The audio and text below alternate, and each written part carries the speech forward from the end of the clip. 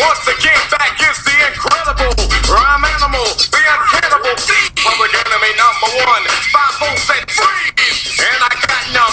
Can I tell them that I really never had a gun? But it's the wax that determined it, the X-Bug.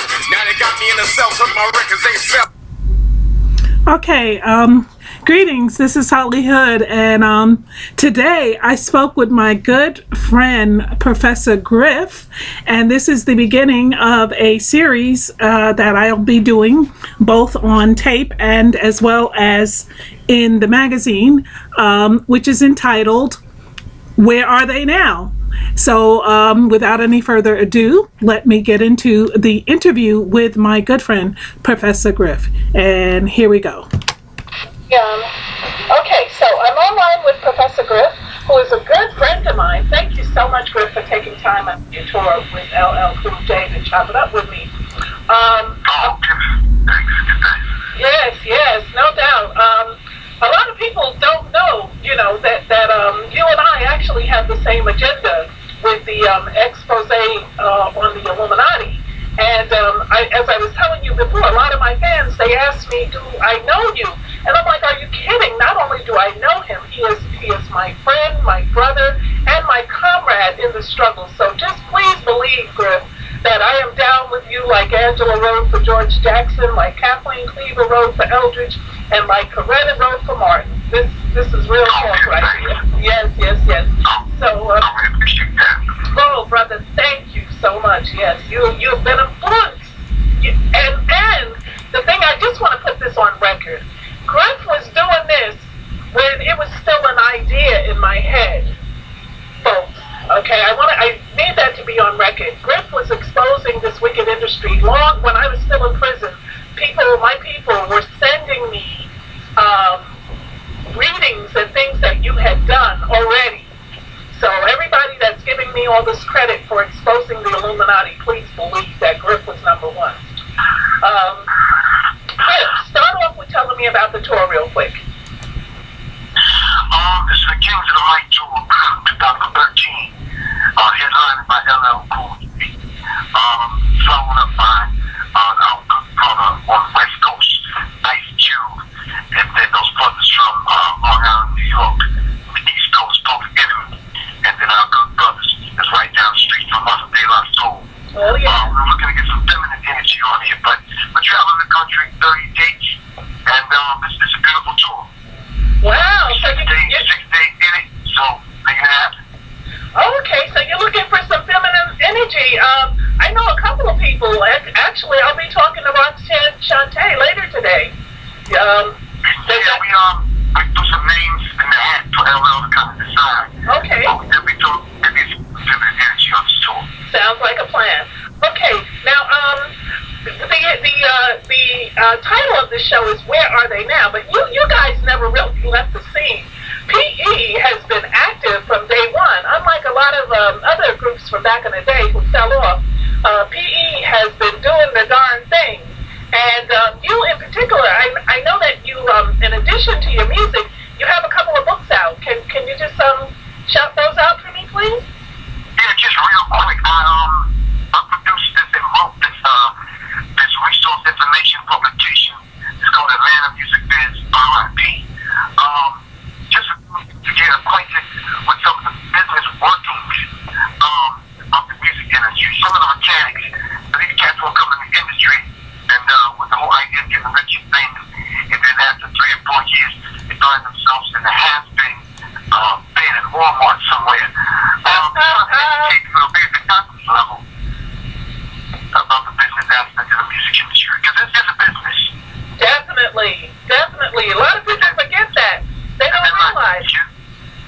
Right, they truly don't. And a lot of me just kind of take a step back and take a class on music business, music industry 101. My second book I put out, Analytics, 20 years of conversation and interviews. And someone asked me the other day, like 20 years, I said, I've been in the industry longer than that.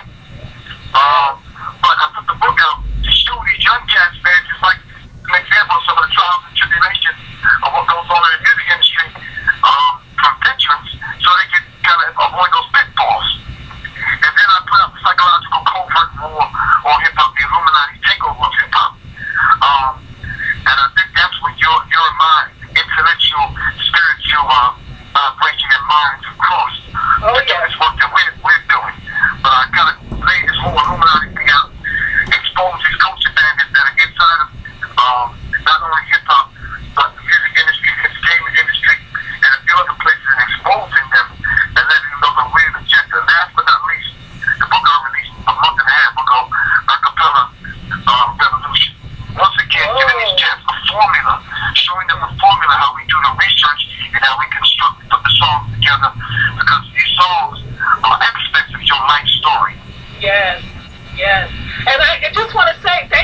the shout out in this psychological covert war on hip hop. I really appreciate that. Thank you. Oh, thank you. Yes. Acapella Revolution that I put out, his last book is actually about chemical transformation, and then reconstructing this old tradition and bringing the scientific creops back. Those who tell the stories. And the stories are very important because these are the things that are the thread that's common to my life, your life, and a lot of people's lives that are reading and listening to this. We have to tell those stories. My grandfather used to sit me on his lap and tell me these stories about the old ones in the old days. I still remember some of those stories. Those are valuable lessons for me as a young man. Absolutely. Absolutely. It takes a village. It still takes a village. Now, let me just ask you this. I know we're in a little small block of time, but I'm thinking, and I'm wondering if you have as well, in lieu of America's current administration, would you say that America is still in fear of a black planet?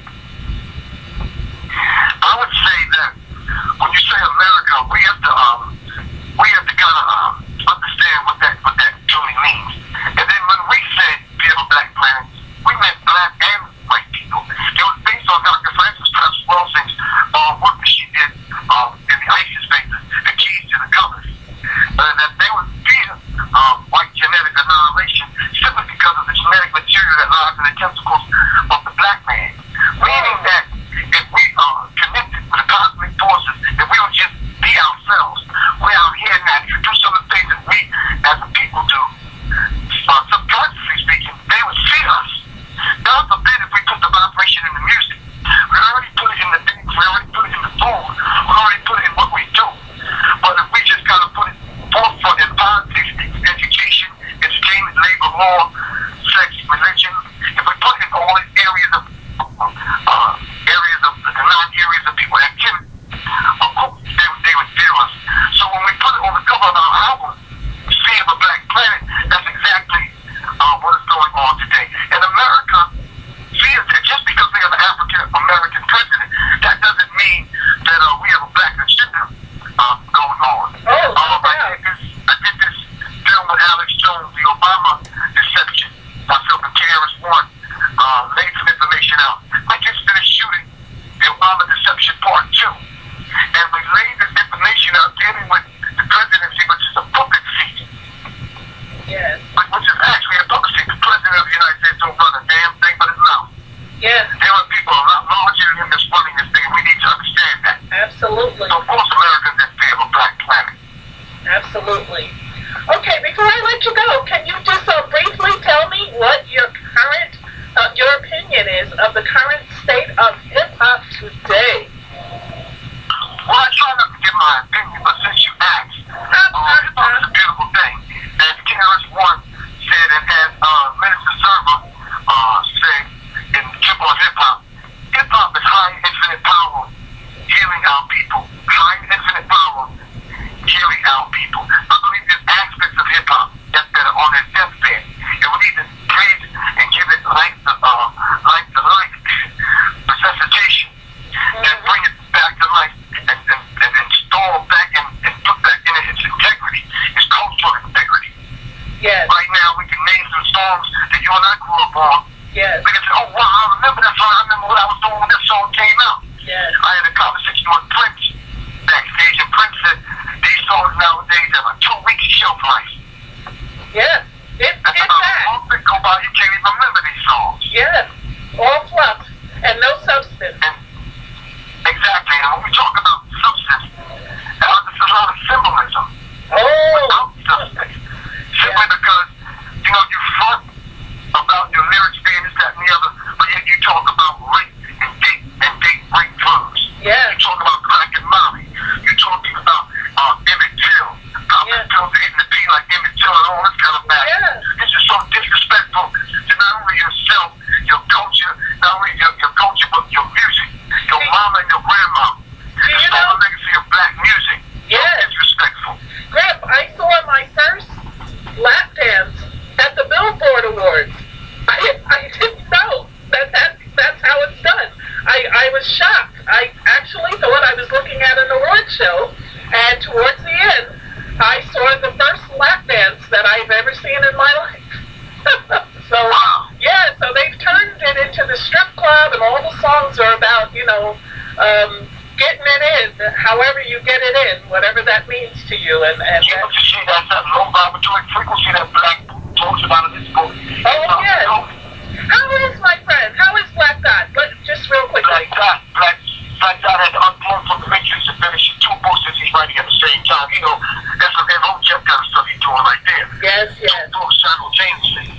I said, good luck, man. That's a good brother. One at a time.